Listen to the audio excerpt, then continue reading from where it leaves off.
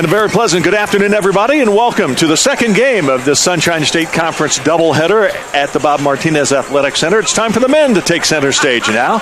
I'm Scott Lynn, joined by Jack Ike, and it's time for the game between the host, University of Tampa Spartans, and the Palm Beach Atlantic Sailfish. The Sailfish are having a nice season. They are definitely in the thick of things as far as possibly hosting a first-round game in the SSC tournament.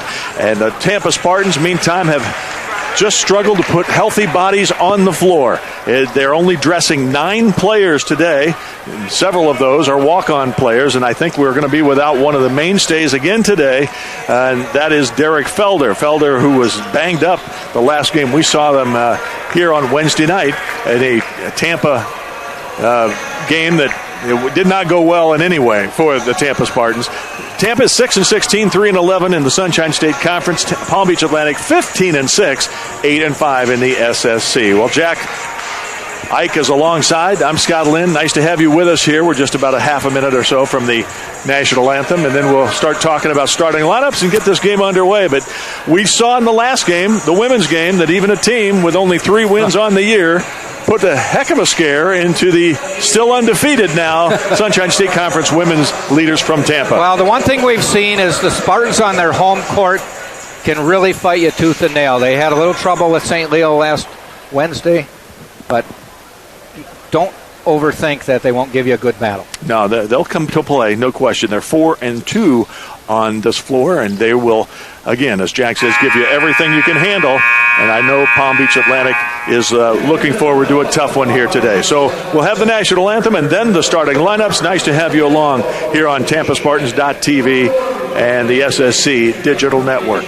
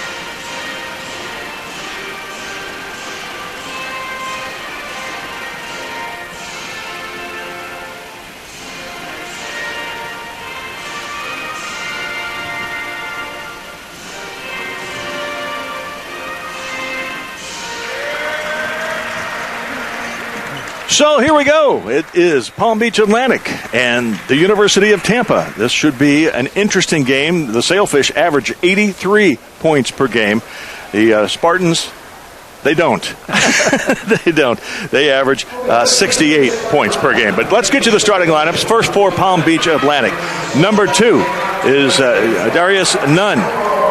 Darius Nunn. I want to try to get it correct. Darius Nunn, number 2. He's a 5'9 senior from Fairmont, West Virginia, averaging 13.9 points a game. He also leads the team in assists and in steals. Dan Largay is number 4. He's the leading scorer on the team, 17 points a game. He's from Jupiter, Florida. He has scored double figures in every game but one this year.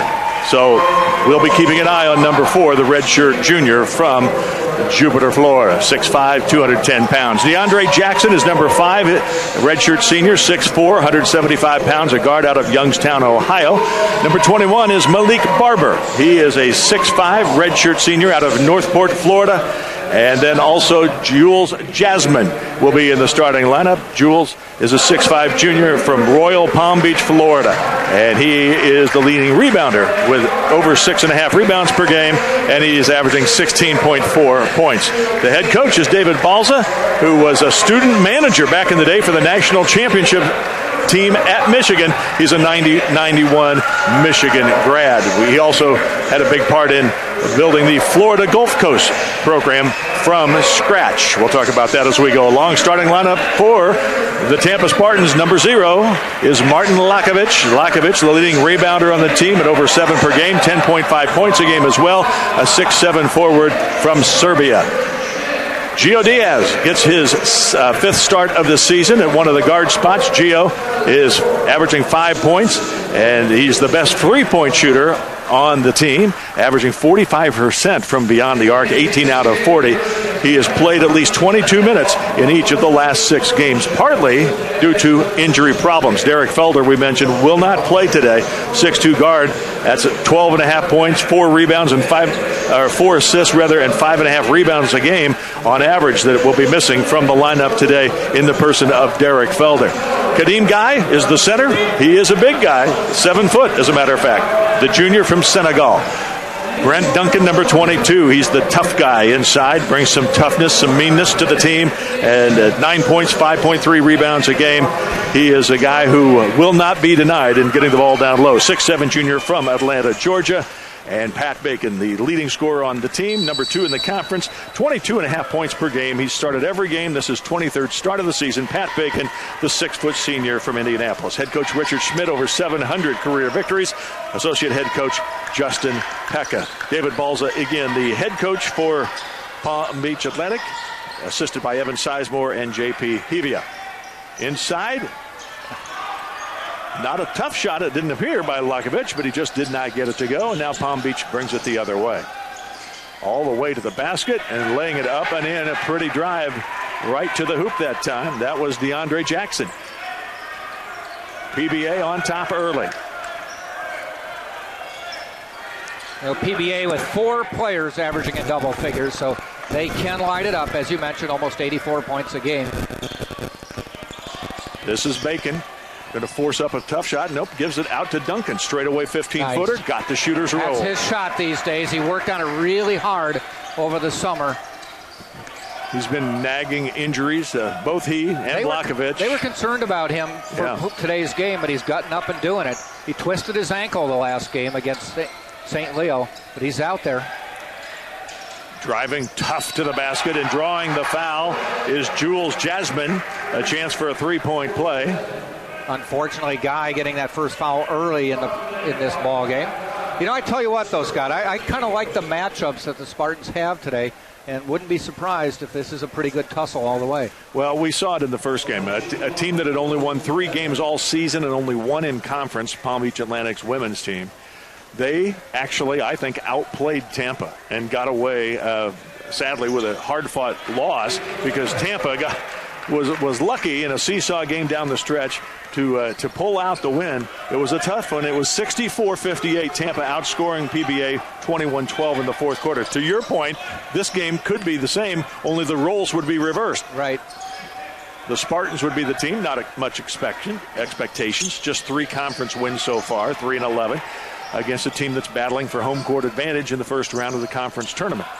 Stolen by Diaz. Got a hand in there. 2-on-1 break. Gives to Bacon. Lost the handle. It was flipped, I believe, from behind. Nope. Yeah, they say Bacon was the last to touch it. That was a good call.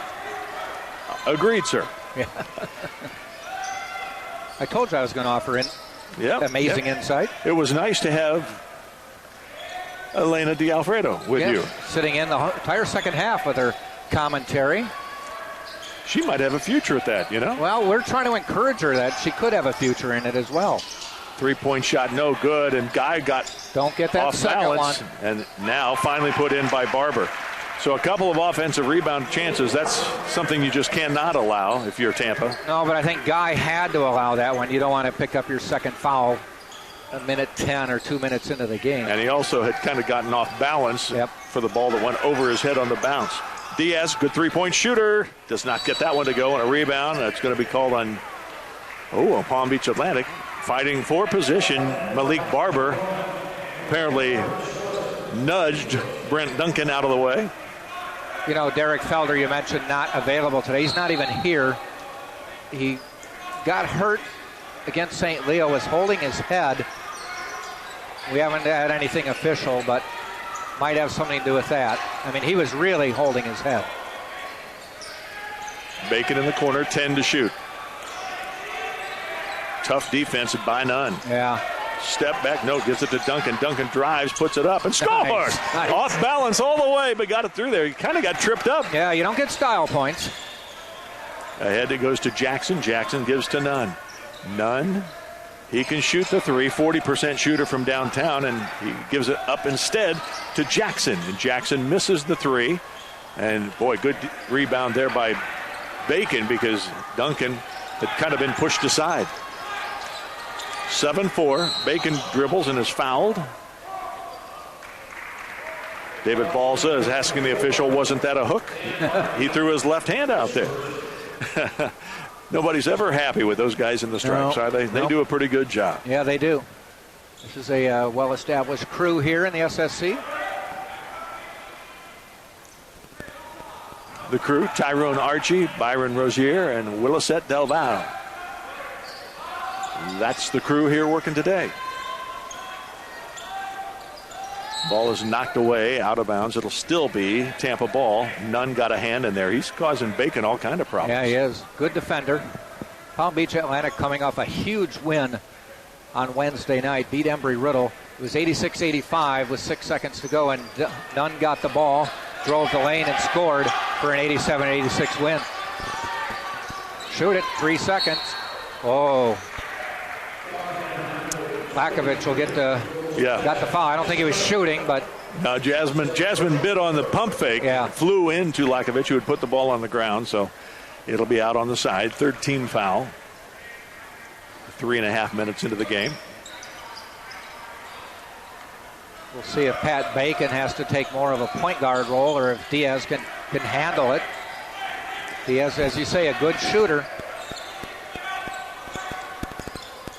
They're going to Bacon, down on the low block. Fall away, nope, knocked away. Bacon does retrieve it. One to shoot, he didn't know it. Yep. And a shot clock violation. He really didn't have a good angle to see that it was running down. No. You weren't really aware of where you were earlier. I'm trying to think, did they reset the shot clock at 20 when the foul was called? Yeah. I believe that was the case, so he probably didn't know that he had no time left. Barber, jump stop, forces it up over Guy. Battle for the rebound. Lakovich gets a hand on it. Jump ball. Along with Jasmine. And we're going to have a timeout, the first media timeout at the 15:47 mark. So, Palm Beach Atlantic has made 3 of 7 from the floor. Tampa 2 of 5. Not much else going on here. It's 2 Tampa turnovers, one for Palm Beach Atlantic. It's kind of the first rounds of this fight. Yeah, they're just checking each other out here. Nobody in foul trouble yet, anything like that. This is, again, Tampa's first back-to-back home games in quite a while. We hadn't seen back-to-back games like this. St. Leo on Wednesday and now against Palm Beach Atlantic. But we're going to have this again before too long. In fact, from February 19th through February 26th, 3 straight home games. Florida Tech, Berry, and Florida Southern come in before the Spartans end the season at Boca Raton against Lynn. Well, you said it's been a while since they had back-to-back home games. It was last year. Yeah, I was going to say, I was looking at that going, I don't recall any, as a matter of fact. And that's a little unusual. Not last year as in 2019. Right. Last season. Last season at the very least. Yeah, and one of the reasons that happened is they did not play a tournament here. There's often a 2-game or a 4-team tournament, 2 games. Usually it's not a tournament. They bring in, it's 2 SSC teams and then 2 teams from Georgia, Alabama, Carolina, something like that. At the start of this game, Palm Beach Atlantic is tied for 4th. No, alone in 4th with an 8-5 conference mark. But they'd like to separate from the pack a little bit. And a foul is going to be called, offensive foul. And that's on Jasmine, his second foul. So he will be substituted for. And checking in is Dan Largay. Or check that. No, Largay was on the floor already. Oh, there. Okay, it's Justin Nicholson, the redshirt freshman from Boynton Beach, Florida, that's checked in. Duncan moves it to Guy at top of the key. Now it's in Gio Diaz's hands. They're trying to double him, but Diaz dribbled out of trouble. Boy, tough pass received by Duncan, but he couldn't get the angle to get the ball up and in. 7-4, inside it goes, and stolen by Bacon. He saw that pass coming and stepped right in the passing lane. Now Bacon trying to go to his right. It was cut off. Good defense. Good transition D by Palm Beach Atlantic. Sailfish, right now, if the season ended, they would host a first-round SSC tournament game. Duncan, nice. What a move. He's Mr. Inside, that's for sure. And we said it a few times this year, is he was the center last year for a lot of the time. And he was the center in the first semester of this year before Guy became eligible after transferring. And that's not his position. He really flourishes on the wing. Put it up, no good, tipped around. Duncan hauls it down. Duncan doing it all. He has all 6 Tampa points. I mean, not only does it help him to be on the wing because he's not being guarded by a bigger player, but it gives him a little room to maneuver. And he might oftentimes have an advantage, a physical advantage over the guy guarding him, which he didn't have when he had to play center. Guy is going to take steps before he put the ball down. Good well, call. He's lucky they called steps because he was going to get a foul. Yeah, Largay would have drawn the offensive foul if that whistle had not blown.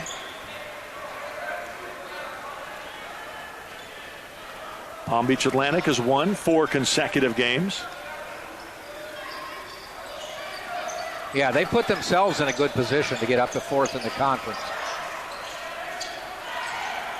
Baseline drive, kicks out to Largay. A 3, no good. Bacon the rebound. Tried to go between his legs, stripped by Nunn. Nunn working on Duncan, who went straight up. Good defense, but a nice shot by Nunn. Yeah, better shot. Darius Nunn with a beautiful finish right there. And it's 9-6. Sailfish. Palm Beach Atlantic is 6-3 in away games this year. That's an indication you're a good team. Yep.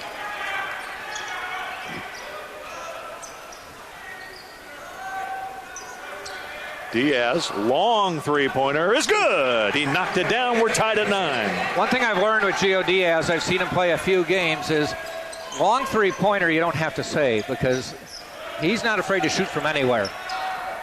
Nice step-back move. Was drained right there by Barber. Or you're going to say long three-pointer, and then later on in the game you're going to say an even longer three-pointer. Yes, pretty much. Nice lob inside, and Bacon with a beautiful finish. Those are even better. Tied at 11. 7.5 minutes into this first half. Working inside, creating good space, and finishing with the left hand, Justin Nicholson.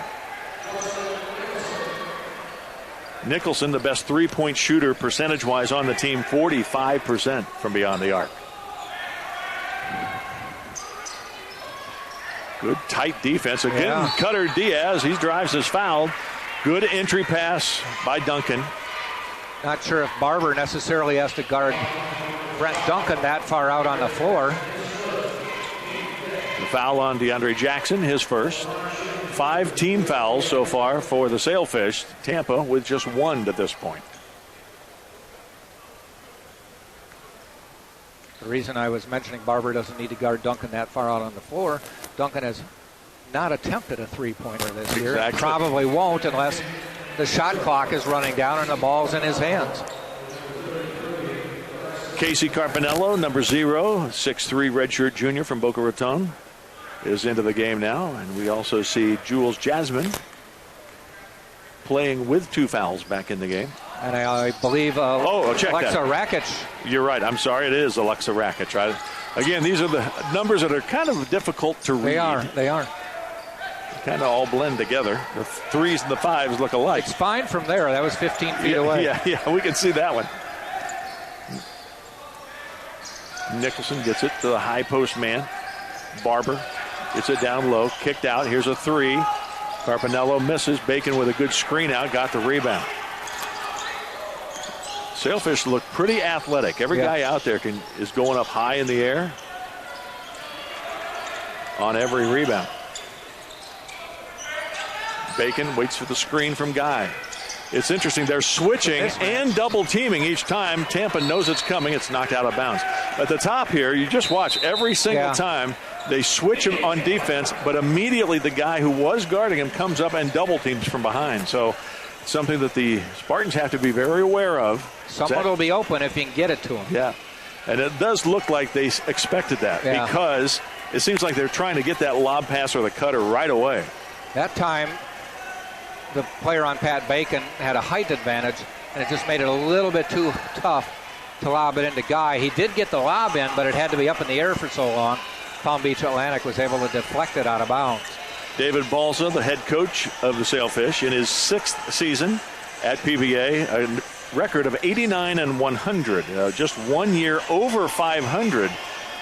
And this could be the second year. It does look like it, as they are 15 and 6 and certainly playing very well. Balsa is the gentleman who built Florida Gulf Coast from scratch. Basically, that program, when they got basketball there, the inaugural season back in 2002-03, they went 23 and 9. Got them off to a good start. Of course, they're D1 now, but they were D2 back in that day, I believe. They were a high-flying team that 1 year in the tournament.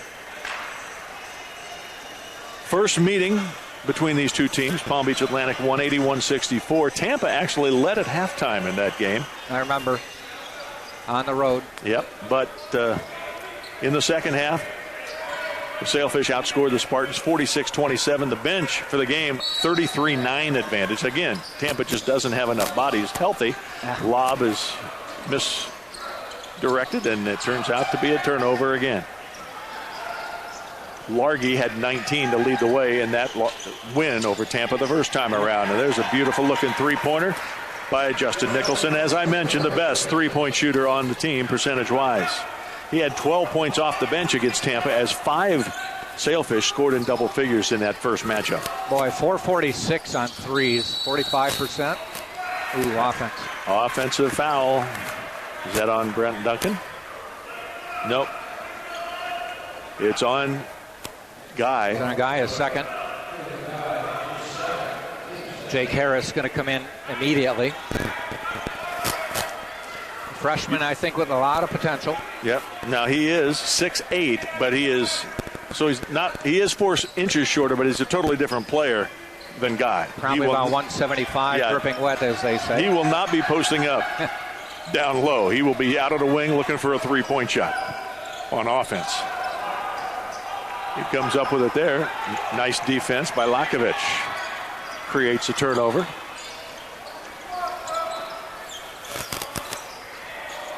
Harris, Diaz, and now Duncan. Backdoor cut, Bacon. Lost it off his knee, out of bounds. Another turnover.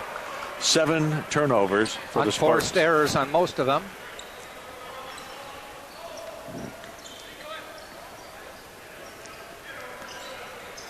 Richard Schmidt was trying to lobby for a foul on that play. The official wouldn't even look at him. Barber out on top. Long time to shoot, but he took his time and knocked it down. Good looking shot by Jackson. He was able to check the wind direction before he shot that one. Made the adjustments of the air conditioning vents and knocked it right through. 19-12, largest lead of the game. Bacon off the screen. Here's that double team, and they just keep the double team on all the way out to the half-court stripe. And a height advantage over Bacon, making it harder, even though he knows someone's open. Bacon straightaway three is no good. Jackson the rebound.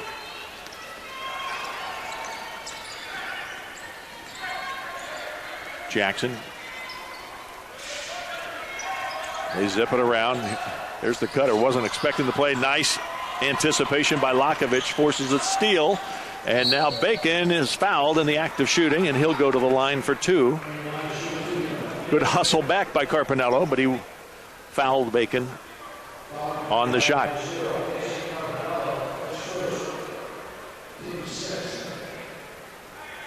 It was a 13-12 game. 6-point run for Palm Beach Atlantic. Spartans need to nip that in the bud. Keep this one close. Tampa has never led as the Sailfish jumped out to the quick lead. Free throw good. Checking in for Tampa right now, number 32, Brendon Baker, the 6'5" swingman, the redshirt junior from Louisville, Texas. His dad played here at the University of Tampa. Usually attends most of the games. Yeah, and Brent Duncan will get his first breather. He's been battling hard out there. Yeah. Scored Tampa's first 6 points. Both free throws are good by Bacon, as you would expect. That's redundant. Yeah. Hardly have to say that. Yep. There were substitutions for PBA as well. Straightaway three, lined up beautifully, and Nunn knocks it down. He's, again, a 40% shooter from deep. Averages almost 14 points a game, and Nunn now has 5 in this, tying Jackson and Nicholson. Now. Trap zone. Yep. Bacon gets him out of trouble. They've extended it out. They come and pick him up early. Baker bounce pass to Bacon, who lays it in with a left hand. Nice find by Baker, and a good cut by Bacon. Baker to Bacon. Yeah. Spartans. We're running a zone last time. This is going to be a tough matchup for Baker. Yeah, Rakic puts it up and in. Rakic is 6'8" and more of a post player. And Baker, yeah, 6'6", not a post player. Yeah. I mean, he's going to be in an unnatural position. He's going to do his best, but probably going to be a little mismatch. Boy, Baker wanted it at the top of the key. He was wide open, didn't get it. Now the rebound of the missed shot, hauled in by Rakic. The lob, there it is! Oh! They're going to call offensive basket interference because it was still above the cylinder when he hit it. On, yeah. Yep, good call. That was a good call. We have timeout. I thought we had a Sports Center highlight coming up right there. That was a nice play and a beautiful feed on that attempt. But offensive interference, and Tampa will have it after the timeout, down by 8, 24-16. The Sailfish are shooting 59% from the floor right now, 10 of 17 overall. They've made 3 of 7 3-point tries, made their only free throw. Tampa, 5 of 11. So 7 fewer field goal attempts by the Spartans, shooting 46%. 1 of 4 from downtown, 3 of 4 from the stripe. Well, you look at the fact that the Spartans already have 7 turnovers. They have taken 6 less shots than PBA. We're out 7 less shots than PBA. Palm Beach Atlantic 10 for 18. As they have made as many baskets as the Spartans have shot, at pretty close. 10 made, 11 shots for Tampa. So you turn the ball over. It's like I tell my daughter in school, those are easy points. Yeah. Don't make it easy on the other team. Sailfish with their largest lead of the game right now, 8 points. Again, Tampa has never led. Points off turnovers, that tells a story as well right now. 10-4, Sailfish. Spartans with 7 turnovers, 5 turnovers for the Sailfish. And now Tampa brings it across. And yes, they've extended it out to a full half-court trap. Really have to be careful on these passes. Nope. Diaz missed it to the left. We could tell from our vantage point all the way. Nunn leaves it. Long 3 by Nicholson. No, he passes it up. And now a lob inside, and now an offensive foul. Is a nice defense again by Lakovic. He was knocked to the floor. And it's already 17 fouls on PBA. Only 2 on Tampa. Rakic picked up that personal. Spartans very aware that they were going to have to move the ball quickly. Nope. Again, a little bit off to the left. Rattles down and up. He'll get it. He's a good shooter.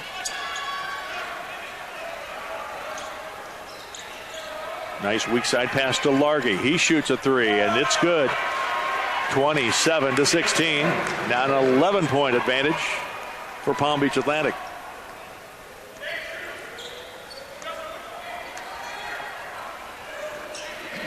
Lakovich dribbles into the zone, kicks it out to Bacon, who has grab it with one arm.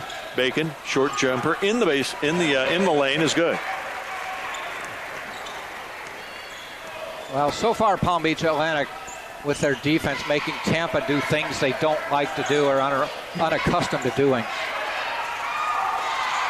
He's going up for the dunk. Baker might have even gotten a finger on it, not sure, but it ends up with the offensive rebound and score, so the result is the same.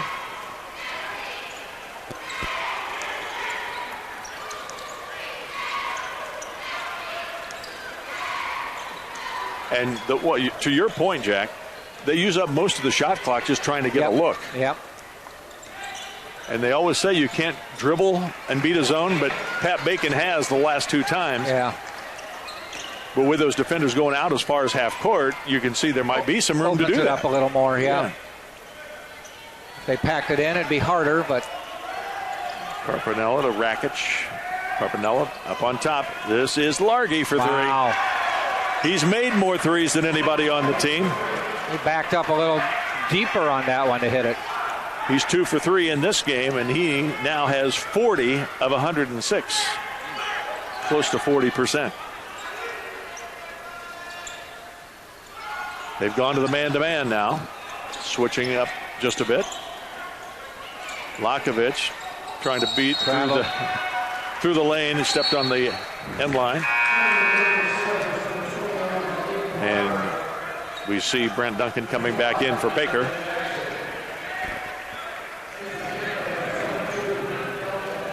Actually, he's going to come in instead for Harris. Baker was going to the bench, but Coach Richard Schmidt said, no. I want to have him come in for you. Well, it gets Baker out of the middle. Puts him on a player who has a more reasonable chance of guarding. Carpinello in this case. Nunn up on top to Largay. He drives on Lakovich, stops nicely and hits a fadeaway. Beautiful move by the leading scorer for the Sailfish, Dan Largay. This is his first year at Palm Beach Atlantic. He scored a team-high 19 off the bench in the win over Tampa. Was 4 of 9 from deep in that game. He's given his team its largest lead at 14. Lakovich, nice find. Baker, lefty, fires a three, scores it, and is fouled. A chance for a 4-point play. Baker's really worked on that outside shot. I've seen him here at practice and coming early before games, trying to get that 3-point shot down because he knows that's going to get him some court time. His season high is 5. He might get almost his season high on this play. A 4-point play, perhaps. He's only been to the line 6 times all season. There you go. That 7, and he's 5 of 7 now. A 4-point play. Take that to the bank. Brings the Spartans back within 10 with 4:25 left here in the first half.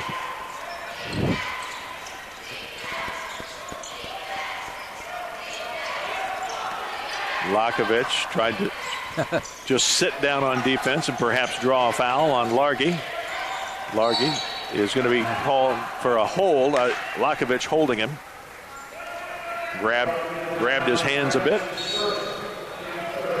Lakovich picking up his first personal. Guy has 2 fouls. Tampa only 3 as a team. Shot is long. Lakovich goes and grabs the rebound. Bacon brings it across. A chance to cut the deficit to single digits. Lakovich a 3. Short. Had a line. Yeah, it did. Really line, straight on the line. Just not quite enough oomph.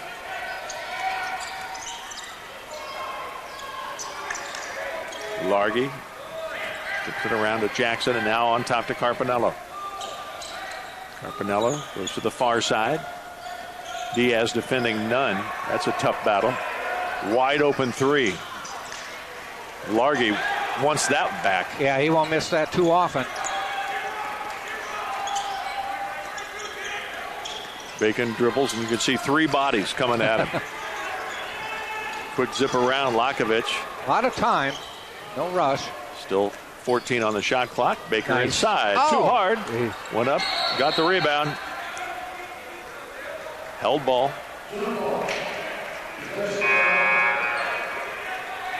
I think a little frustration right there by Brent Duncan. Felt like he should have put that one in. At least he didn't get the foul called. Yeah, I think he anticipated a foul on that play and just put it up strong, but that made it a little too strong off the glass. Timeout with 3:10 left here in the first half. Palm Beach Atlantic leading Tampa by 10.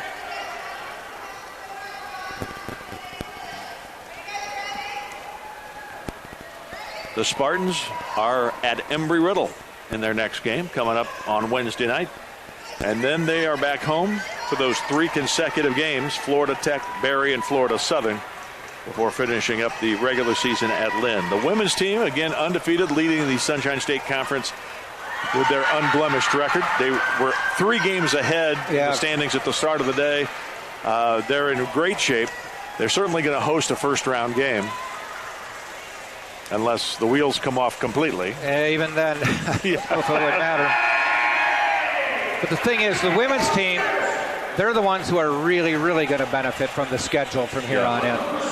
Actually, since last Wednesday on in, with so many home games. Yeah, I know 6 of their last 9 were here at the Martinez Athletic Center. So we wouldn't be surprised to see a couple home games for the conference tournament. The first 2 games of the conference tournament, the quarters and the semis, are on campus sites. So potentially, I believe they could be here. Yeah, even the championship is. Even the championship would be a home game, perhaps, as Bacon comes through again. Yeah, the number 1 seed is the host.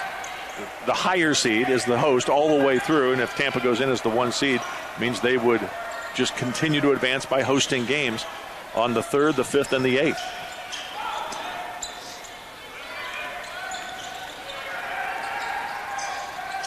Up on top, Rakic. Just his 7th made 3 of the year, but he's not a bad shooter. He just doesn't shoot them very often. They're 6 for 12 from deep. And that's why they're up 11. Tampa is 2 of 8 from downtown. Diaz. They've switched up this defense again. It is man-to-man. Kind of like Elena was telling us during the women's game, is you've got to really pay attention to what offense you're running when they change every time. Yeah. You can put yourself in a bind if you don't recognize whether it's man or zone. Well, Lakovic had a really good shot at scoring there. Missed the first one and the putback. Oh, a circus shot is good. Nunn with an incredible acrobatic shot, and it fell through the basket. 1:54 left in the first half. Richard Schmidt giving him a talking to. He might want to walk away from this. Richard Schmidt is very demonstrative right now. He absolutely is. It's calmed down now, so hopefully we'll get out of this without a technical foul. That's the respect, I guess, you give a veteran coach with over 700 career wins. As long as you keep it clean. Yep. You can disagree, but I'm not sure what he was upset about. Maybe he thought Lakovic was fouled at the other end. Probably, yeah. He might have been carryover from that play. So Tampa will inbound it. And we're going to see a little full court pressure. Have to watch for that and see if it's going to happen after every made basket or just something for this coming out of a timeout. Probably just coming out of the timeout, I would think. Diaz gets it across the timeline. Bacon. But not only do we see different types or zones from Palm Beach Atlantic, different types of zones. This one's not coming out trapping at half court. Good idea by Lakovic, but great anticipation and a steal. Going the other way now. Nunn dribbles through the traffic. Throws it up again. Made the last one. Yeah. Felt so good the first time, I thought I'd try it again. He's fouled to get to shoot a couple of free throws. Just the second and third free throw attempts of the game for the Sailfish. Tampa's been to the line. Total 5 free throws attempted. Nunn with 1:20 left has a chance with 2 made free throws to extend the Sailfish lead to its largest of the game.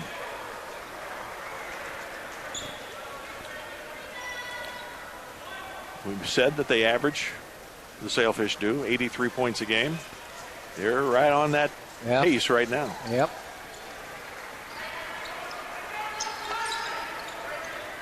And again, after the made free throw, they do see the full court pressure. Look out, here's the trap. Bacon comes back to get it. And see, now they fall back on the zone and guard the 3-point line.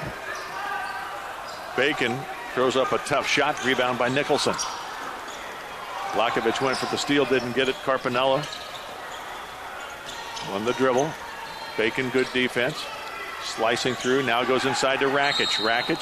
Charge. Offensive foul as Baker draws the charge. Good defense by Brendon Baker.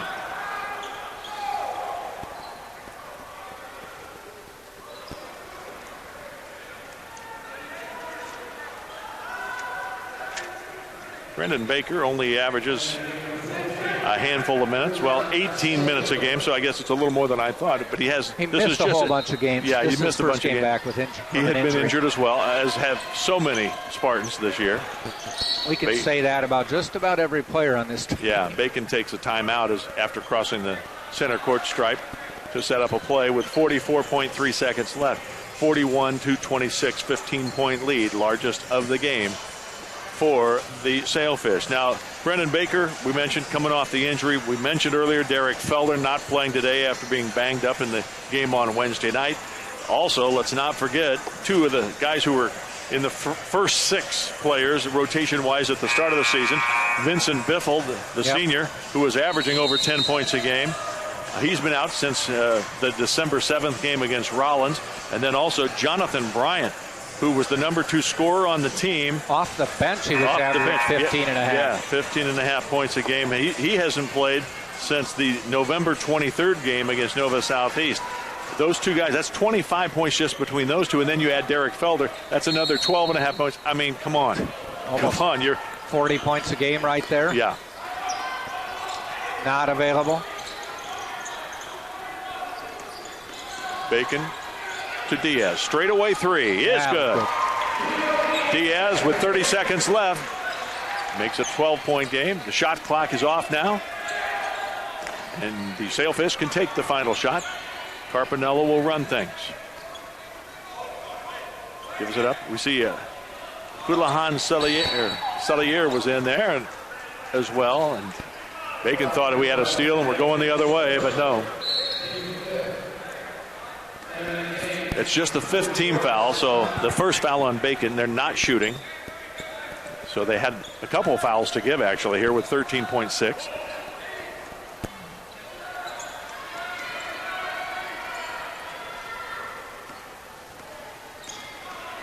Nunn to orchestrate things. 6 to shoot before the buzzer.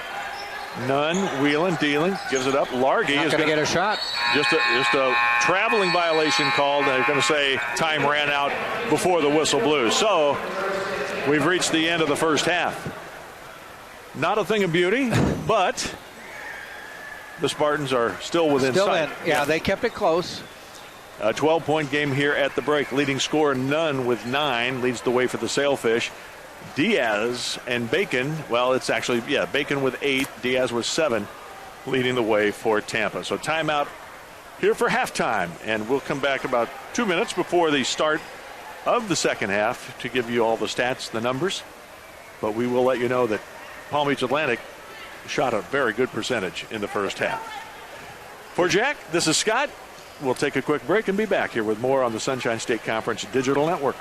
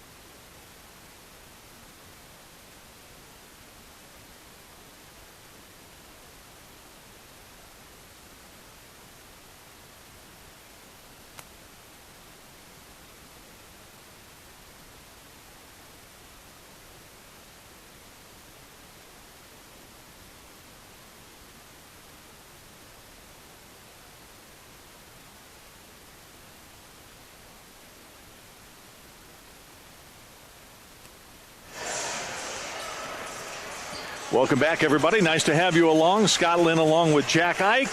It's halftime here in Tampa. We're about 2.5 minutes away from the start of the second half. It has been all Palm Beach Atlantic in this one so far. The Sailfish coming in with an 8-5 conference record, alone in fourth place in the SSC. 15-6 overall. Definitely on their way to a winning season, and just how many wins they can put up this year remains to be seen, but they've looked good in this game and throughout much of the regular season, and in conference play they've been one of the better teams, to be sure.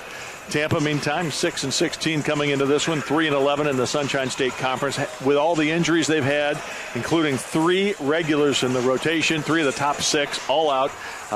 Only 9 players were dressed today, and not all of them are even scholarship players. So Richard Schmidt and Justin Peck have had their hands tied, if you will, with all the injuries so far. Let's get you some of the stats from the first half. Again, it's 41-29 up on the scoreboard. Part of that is due to three-point shooting. The Sailfish are 6 of 12 from beyond the arc, 50%, and they shot 59.3% in the first half overall, 16 of 27. The Sailfish have out-rebounded Tampa 14-10. They have an advantage on points off turnovers, 14-7. Points in the paint, 16-10.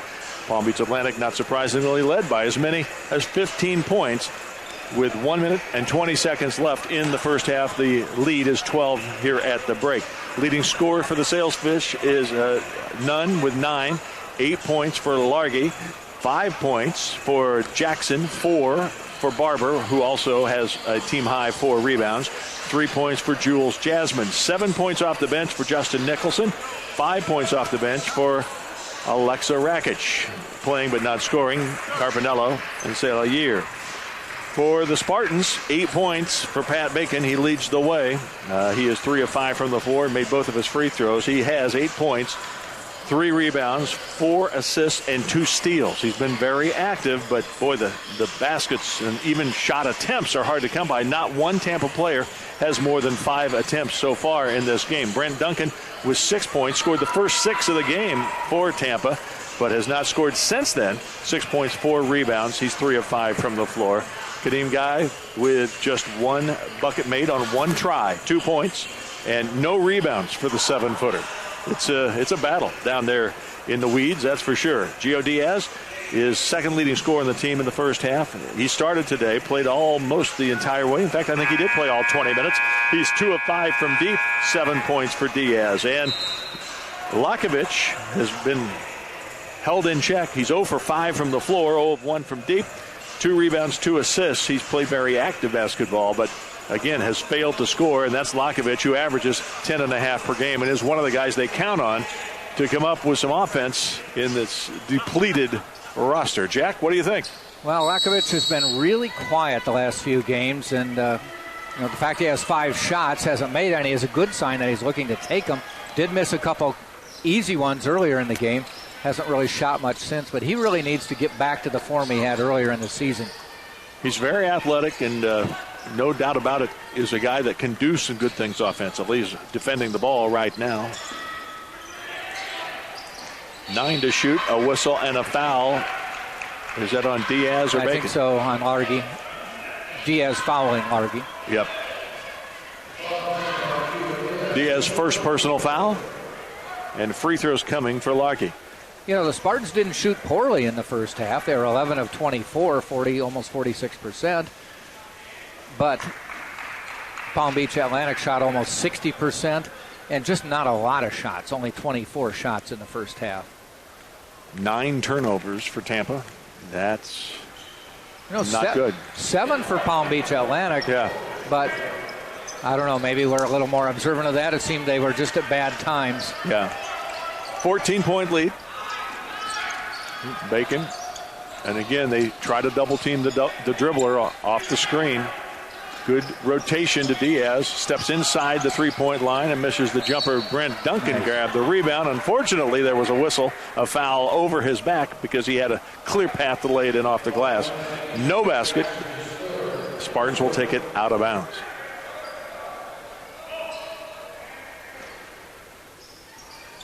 Diaz trying to get it into Bacon does. Defended by Nunn in the corner.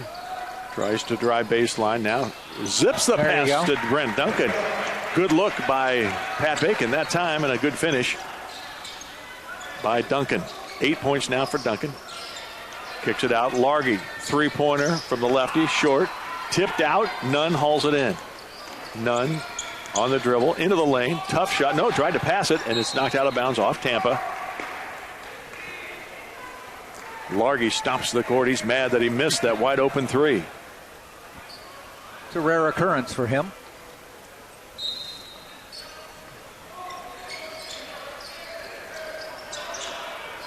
It's going to be a turnover. Jules Jasmine says, my bad. Tried to bounce inside. Tough interior bounce pass. And it sails out of bounds. I think what might be important for Tampa to have any kind of a run is, even though Guy is not in a huge offensive force, just not getting that third foul so he can stay on the court and mix things up on defense. Beautiful pass that time by Lakovic to Bacon, who finished. Bacon now with 14 points, leading scorer in the game. Largay has 10 to lead the Sailfish. Largay defended by Duncan, stolen by Lakovic. He's taking it to the rack, and he puts it up and in. Got bumped a little, but not enough. Very under control that time. Very impressive. He saw the player. I saw him glance, a little peripheral vision there, and saw that he had a player coming stride for stride. It looks like Tampa is playing a little tougher defense here. 2 or 3 passes have been knocked away or stolen here in the first minute or two of the second half.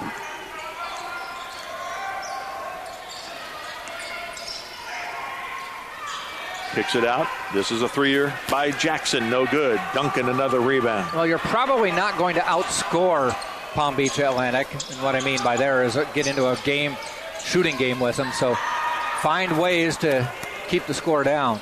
The lob to Lakovic was knocked away, almost went in, and now to the basket and laying it in on a beautiful shot is Jackson, DeAndre Jackson. He now has 7.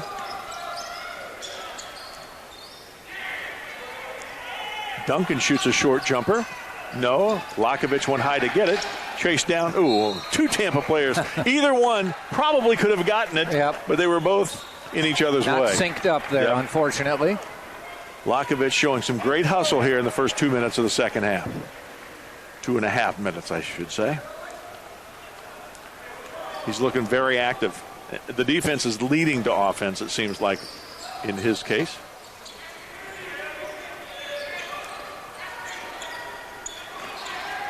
Nice feed from the outside, and Lakovic was slow to defend as Largay cut through. Largay came off a pick, and at just a little bump got Lakovic off his stride, and it allowed Largay to get in. The foul is on Lakovic, his second. It's a 10-point game. Again, the largest lead was 15. Largay misses the first free throw. That's an upset. He makes 84% of them. Yes.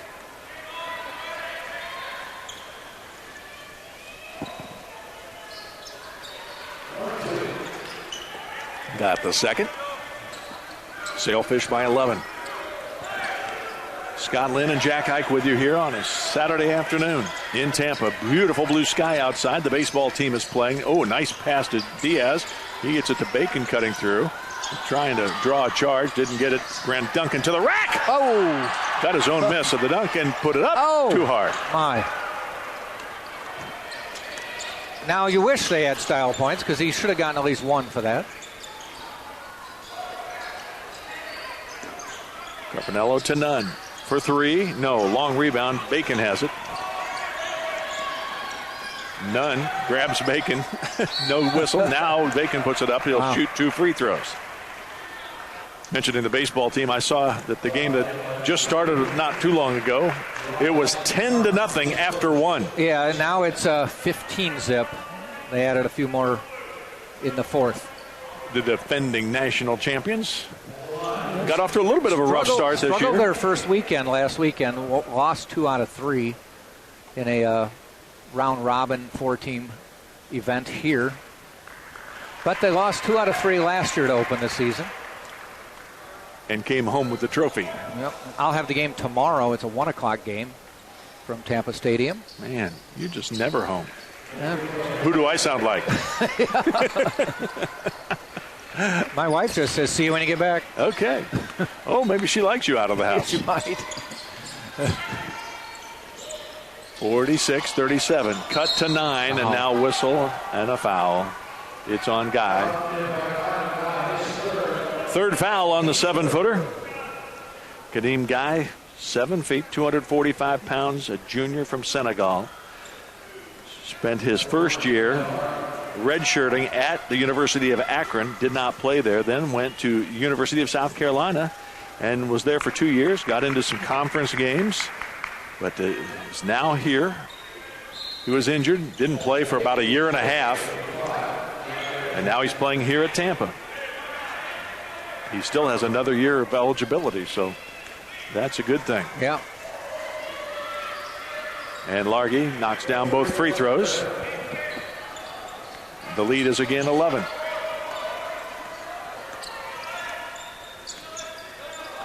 Bacon.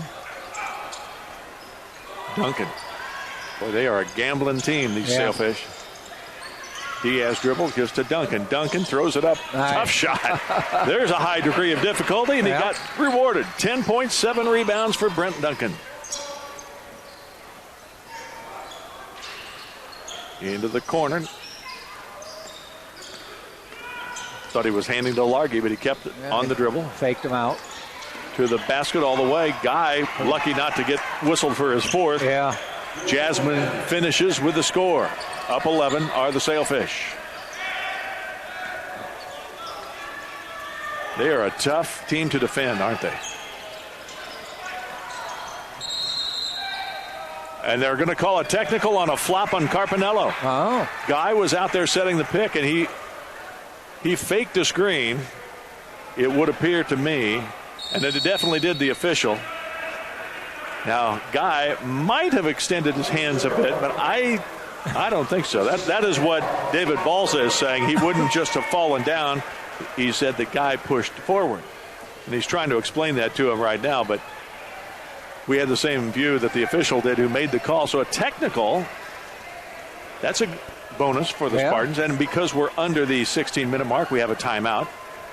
David Balsa is using most of it to talk to the official. Referee is saying, so you've never seen a player fall down unless he gets hit by somebody. And again, this comes, you can get a warning. Yeah. And I think that I saw a warning given earlier to one of the players. And this time Carpinello was called for a flop. You cannot fake a charge. You can, but you might pay the price for it if it's totally seen. Now, Carpinello argues he thought that there was definitely contact. Well, the Oscars are this weekend, aren't they? Yeah, Sunday, I think. Would that be a supporting character? Yeah, I'd say. He comes off the bench, so he's a supporting character, right? No, or Carpinello. He started, didn't he? No, he did not. No, he did not. You're right.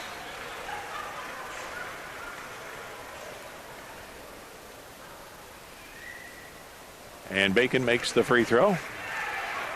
So a free point for Tampa brings them back within 10.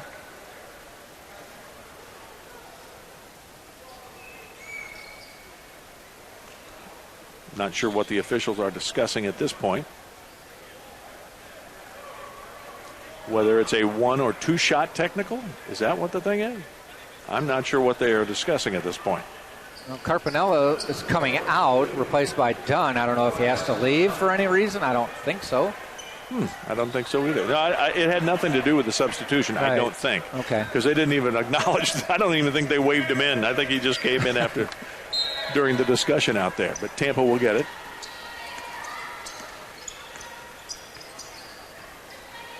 Don't know if he has to go to the penalty box for 2 minutes or not. I'm trying to think. There's a steal. Great anticipation. Guy threw it right to him, and throwing it straight down with authority is Jules Jasmine. And Lakovic is going to be called for a charge. If he was a running back, he would have lost the ball. It would have been a fumble.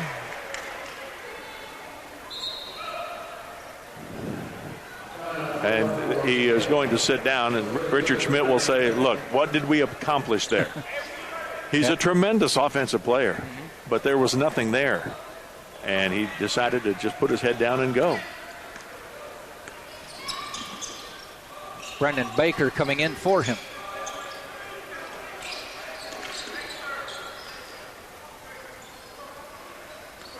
Well, there's no question the results of the season are taking a toll mentally. I mean, you get really, really, really frustrated. Yeah. And there's a shot by Jackson, a nice floater in the lane. And the lead is 14.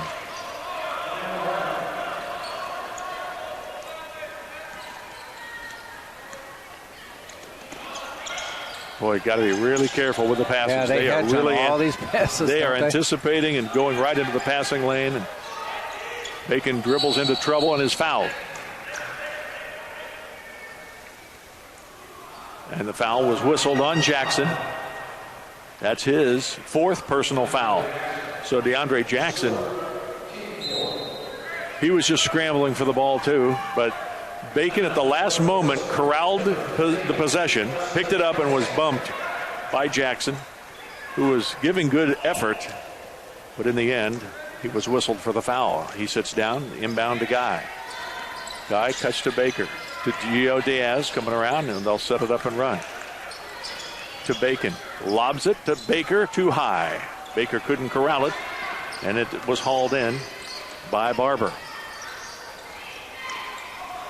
Look at that anticipation by Brent Duncan.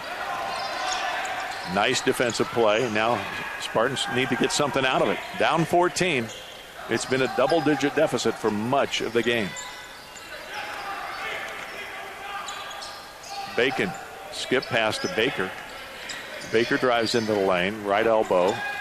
Lobs it to Guy. He's 7 feet tall. He should be able to go get it. Guy turnaround, overshot the hoop. And Largay pulls down the rebound for the Sailfish, who can take their biggest lead of the game if they score here.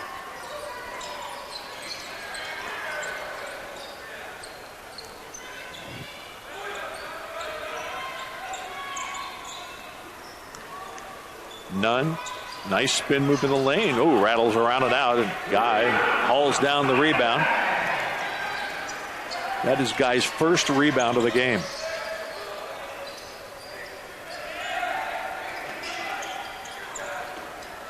He's had his hands on a few, but just never corralled them completely. He tipped one out one time and kept possession.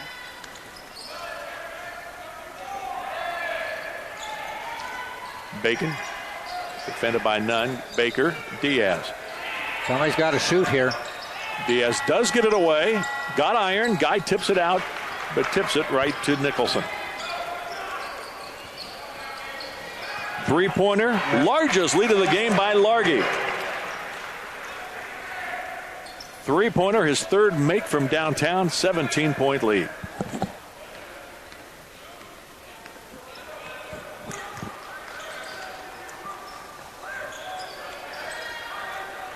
Spartans are trying to fight through this, but it is difficult. Diaz from the corner for three, rattles around and out. Good seal inside by Barber to get that defensive board. And now another long three is short. Duncan hauls it down. 8 rebounds now for Duncan, who has 10 points. Could be headed for a double-double. Guy sets the screen. Here comes the double team. Duncan. Rebound by Guy. And Baker for three. There yes. You go. He's hit 2. Brendon Baker, he definitely can shoot that thing. And he has a season high. Brendon Baker with 7 points now. Might be career high even, but nope, the career high was 6 last year 3 times. So a career high for Brendon Baker. Okay. Meantime, a throwdown by Jasmine. And you do give him style points on that one. Lakovich will be checking back in next dead ball. It is just such a struggle to try to get anything going here. Good defense by Palm Beach Atlantic. They throw a lot of stuff at you. You have to constantly be aware. That's a foul. Baker had blocked? the ball partially blocked. Okay. Shot clock still going. And out of bounds it goes. And timeout will be called here, the under 12 timeout. 10:40 remaining here at the Bob Martinez Athletic Center. And David Balsa's Sailfish from Palm Beach Atlantic have been in control throughout. Spartans never led, and they've been down by as many as the 17 points.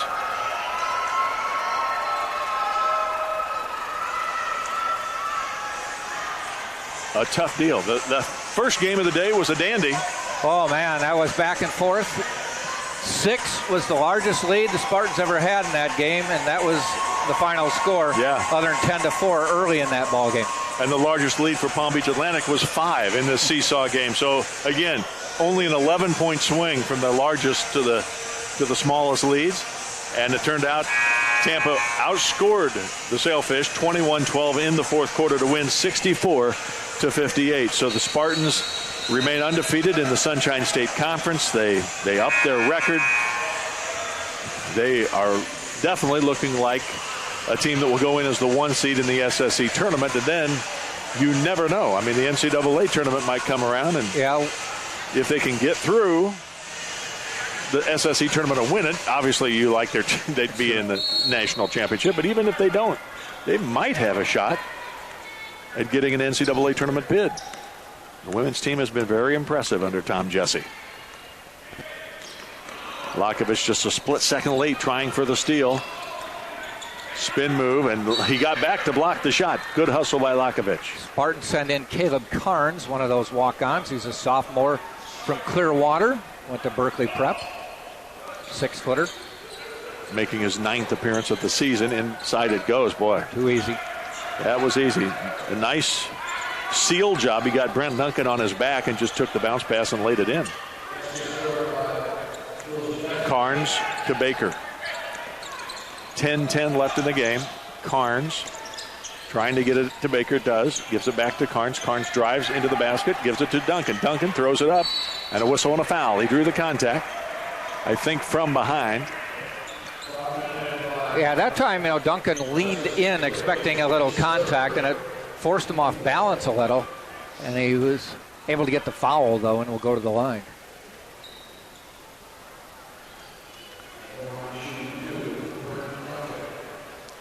Brent Duncan has scored 16 points for his career high a couple of occasions against Georgia College and against Florida Memorial. Misses the first free throw, however. It's his first free throw attempt of the game. He missed them both. 59% shooter coming into the game. Does not help his average there. Now here is Jackson lobbing, and Duncan steals it right back. Both these teams are playing tough defense. Here comes the double team. I wonder why you don't see that more often, because that really does make you go out from whatever you want to do. You have to do something different. Lakovich for 3. Well, you've got to have athletic, tall players to make the passing lanes that much tougher. Well, they definitely have the length. 5 points now for Lakovich. And you need players committed to it, too. Yeah. And you got to be in good shape. You're chasing players all over the floor. It means you have to be well coached, too. You got to turn around, no good. But the putback is. Again, Jasmine was right there, Johnny on the spot. Or Jules on the spot, as it were. But you have to have you have to anticipate that you're going to have to cover somebody because 2 people are coming out to try to get the guy up on top. Yep. Ball's on the line, out of bounds. Tampa will keep it. But everyone just rotates around so beautifully. They are definitely a well-coached team. They're committed to it.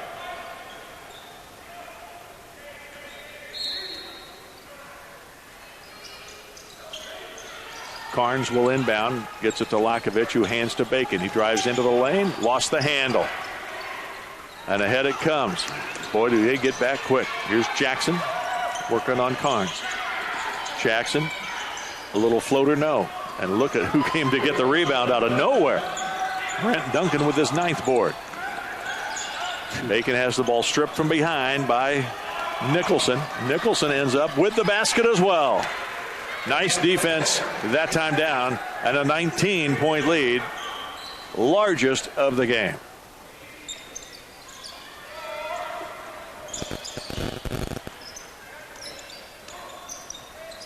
Baker. Corner it goes. Bacon cuts down, takes the pass from the corner. Out of bounds, should be Tampa ball, I believe. Yes, it is. You know, we've seen the Spartans play a couple home games here with their depleted ranks, and they come up with a couple of remarkable victories.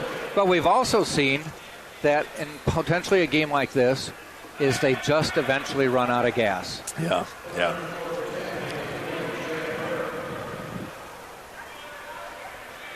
They've played 8 players today, only 9 men dressed, and were able to even get into the game. Just nothing comes easy when you don't have 3 of your top 6 players. And you've been without other guys as well. Bacon with the miss, Largay the rebound.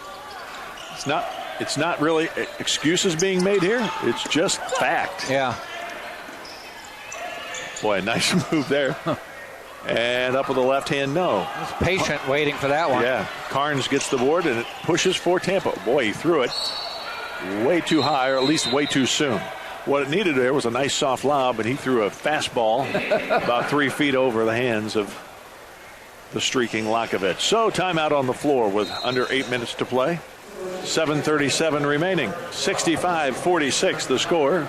Palm Beach Atlantic looking to improve to 16-6 and 9-5 in conference play. Florida Southern leads the conference at 12-2. Nova Southeastern just a half game back at 11-2. Then Barry at 10-4. Palm Beach Atlantic was 8-5 at the start of the day, alone in 4th place. Right behind, though, having played one more game, is St. Leo 8-6. Embry-Riddle at 6-8. Rollins 5-8, Lynn at 5-9, Florida Tech 4-10, Eckerd 3-10, and then Tampa at 3-11. Spartans do have a game on Wednesday. They will be on the road, but they're off next Saturday. Every 11 teams in the conference, so there's always one team that won't play on a given night, and that is next Saturday for Tampa. Our next broadcast will be February 19th. Which will be a Wednesday night when Florida Tech comes, start a 3-game homestand. I might just book a hotel over here. We're going to have that many games. Well, they're not 3 days in a row. Oh. But it is 3 games over a 1-week period. Yeah. Or 8 days anyway.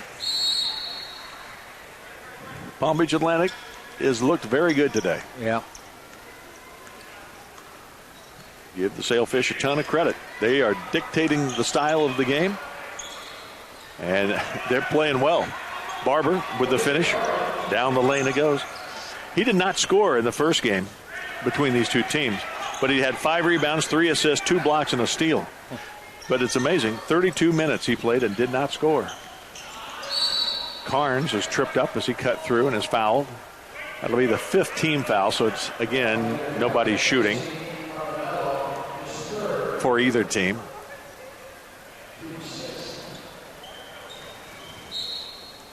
Shot clock reset at 20. They lob it to Bacon, but it was picked off, and just like that going the other way. And Lakovic throws it off of Barber out of bounds. That should be Tampa ball. Good hustle by Lakovic that time.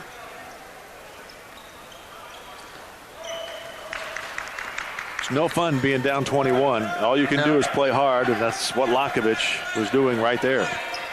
Denying them a breakaway basket. The lob inside, and Rakic. It's not going to go right now. No, Rakic was there, and he's been there with the anticipation of those. And what a style move that was. Nunn has a flair for the dramatic, huh? Darius Nunn is a player. He can really wheel and deal. He's had a couple of fancy finishes tonight. And he knows they are, because he smiled every time he's come down court. The one he shot from his hip while falling down. Yeah. This one was a little more under control, but still just as fun for him, I'm sure. 10 to shoot. They close out so well, you just cannot get an open look. Rakic pulls down the rebound, gives to Nunn. Spartans are getting back quickly, but look at that. Exploding into the... Yep. He was covered by 4 Spartans and somehow ended up with an almost uncontested layup. Yes. That's some athleticism. Bacon forced to shoot an 18-footer, no good. Coming up a little short right now on some shots. Why not? Barber says, nope, a whistle and a foul. Underneath the basket, going for the rebound.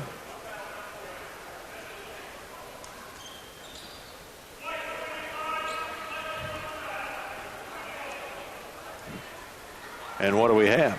It looks like something on PBA. I think they came flying in after. No, it's on Bacon. No, I think it might have. They're saying on Bacon, the foul was on Bacon. Maybe it was a flagrant type foul. Yeah, because nobody's on the line. Yeah. Which would also then mean Carpinello. They'll get the ball to inbound as well. Carpinello makes both free throws. That's interesting that they had him go to the line. Why not? I mean, he's only a 54% shooter from the line, but not a big sample size. He was just 7 of 13 for the season prior to that.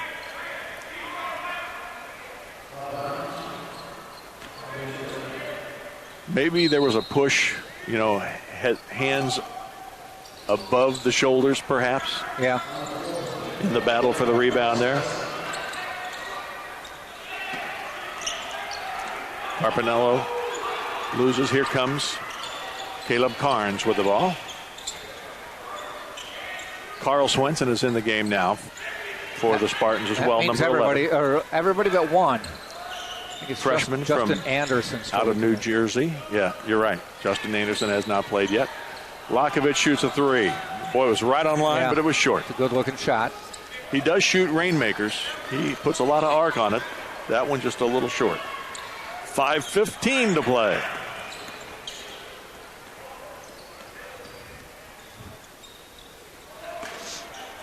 The gym pretty quiet right now. It is, yeah. Nunn with 3. Nunn has 14. Wow, and a 28-point lead now. That's his average. He averages 13.9 on the season and almost 6 assists per game. So, I mean, the guy does a lot of good things. Nunn has 4 assists today. Swenson, bounce pass inside. Lakovich backing down. Triple team, gives to Swenson for 3. It's good. There you go. A little catch and shoot right there by Carl Swenson. His 6th three-pointer made of the season. 15-point game with 4.5 to play. Nunn. Good. My, oh my. Nunn's taking over late in the game here. He had a career-high 24 points at home against Rollins, but he has done the job here. 17 points, and Lakovich was going up for a dunk, and he's fouled.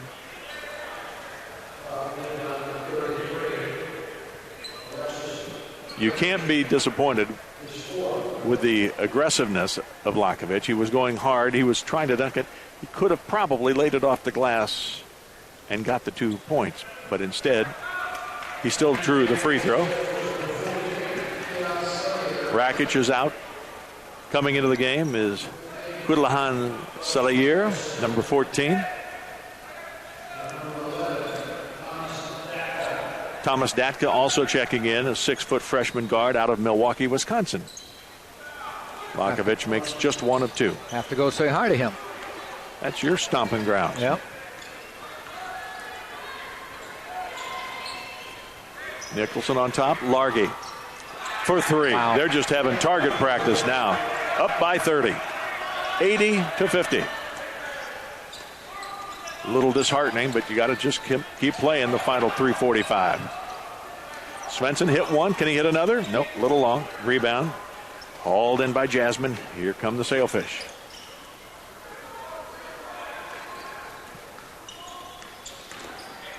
Spin move, up and in. Everything's Nicholson, falling, too. the redshirt freshman from Boynton Beach, Florida, has looked good.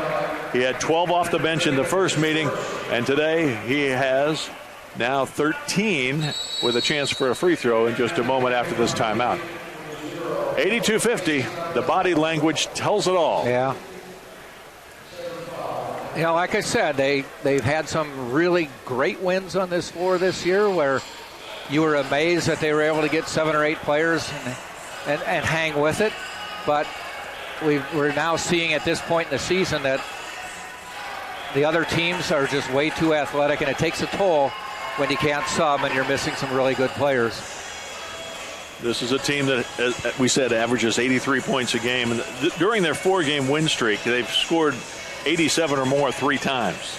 And it'll be more than that here as well, so it'll be 4 out of 5. They won against Lynn at home, 91-77, did the Sailfish. Then they won at Eckerd, 65-57, beat Florida Tech on the 29th of January, 88-74, and then did get that win against Embry-Riddle, 87-86 on a last-second basket by Nunn, who's come up big here again today. 19 points for Largay. He's 4 of 8 from downtown, so in both meetings, Largay hit 4 3-pointers. He was 4 of 9 in the first matchup. He's 4 of 8 so far in this game. Largay with 19, Nunn 17. Nicholson with 11, and Jasmine has 13, trying to make it 14. And he got it, 14 for Nicholson. And now checking in is Justin Anderson. He joined the team over the Christmas break when the numbers kept getting so depleted they needed some help. He actually was on the scout team of the women's, and he would show up. The scout team, the women's have 5 guys who run scout team to just make them a little bit tougher, and he was the best of that group. Asked him to join over the Christmas break, and he said sure. He's from Hampshire, Illinois.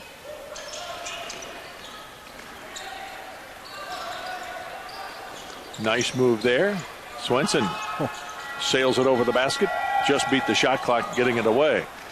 Hampshire, Illinois is about 20 miles from my old high school hometown, and he said that they're in the same conference as my old high school. I said, I don't remember Hampshire even when back then. He goes, no, it's only about 8 years old, the high school. Oh. The city or the towns existed for a while, but they all went to a different area high school.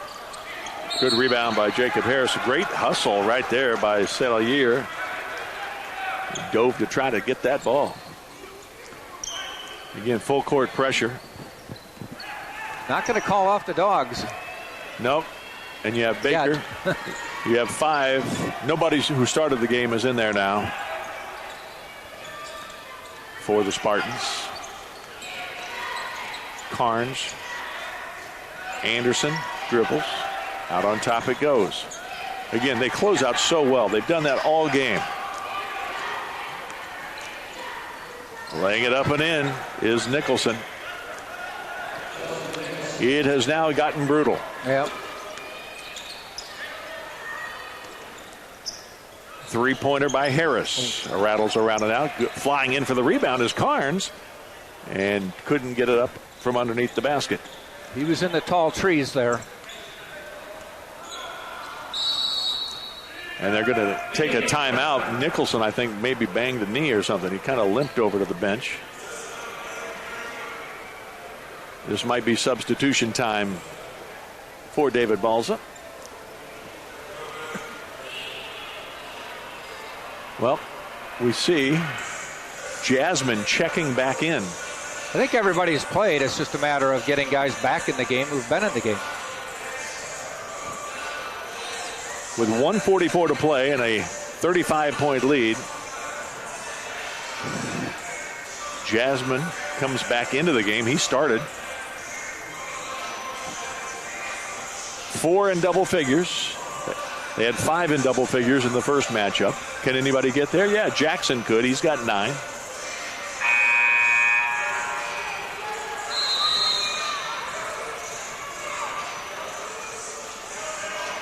For the Spartans, Bacon leads the way with 17, but that's about 5 points shy of his average. Yeah, Duncan double digits with 10. You know, Duncan, you look at his game, 10 points. He had a nice game, but he got the first 6 of the game for the Spartans. Then he also got 2 quick baskets to start the second half. So he started quick both halves, but then kind of quieted down. Now he's been out of the lineup for a while, but he's had a bad ankle. Yeah. I'm sure he was going as hard as he could for as long as he could. Datka's in the game. Thomas Datka, 11, stolen away by Carnes. Ahead it goes to Swenson. Swenson is fouled as he put the shot up. trying to get the charge called was Selayer, but he did not have position. He was kind of flying by as like a flying wall. He just was flying through the air when contact was made by Swenson. So Swenson goes to the line for a couple. He's hit a three-pointer in this game.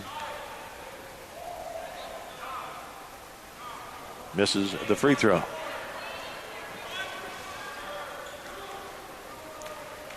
Swenson, that was his first free throw attempt of the season right there.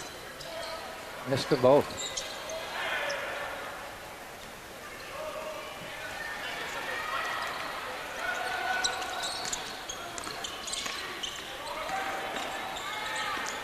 Stolen away. Swenson says, I'm going to keep playing hard.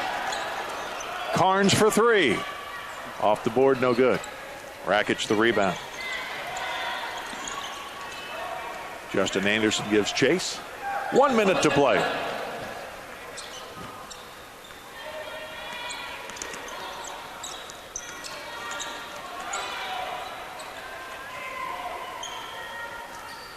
Skip pass. And a corner three is no good by Datka. Spartans push it in a hurry. Swenson. Now on top it goes. Keeping it and shooting from the right elbow is Harris. Jacob Harris with a basket, his first points of the game, and timeout called with 30.7 seconds. Why? I think it's an official's timeout. Yeah.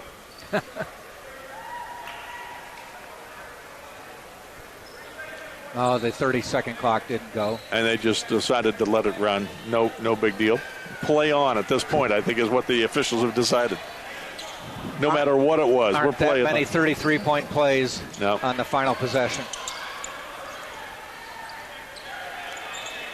I think they're trying to get Datka a bucket, maybe. Yeah. Into the lane, running some time down, and now they're just they're going to let them play on, no doubt. Ball tipped around, hauled in by Selayer, and the shot is no good. Justin Anderson pulls down the board. 3-2-1, and the game is over. 85-52 the final. The Sailfish of Palm Beach Atlantic improved to 16-6, 9-5 in the Sunshine State Conference. They're now 7-3 away from home. That's a pretty good record. Tells you about their strength of their team. Tampa falls to 6-17, 3-12 in the conference. And the leading scorer for Tampa was Bacon with 17. Brent Duncan, the only other player in double figures, 10 points. He had 9 rebounds, tops in the game. For Palm Beach Atlantic, 19 points for Largay, 17 for Nunn, 13 for Jasmine, 14 for Nicholson off the bench.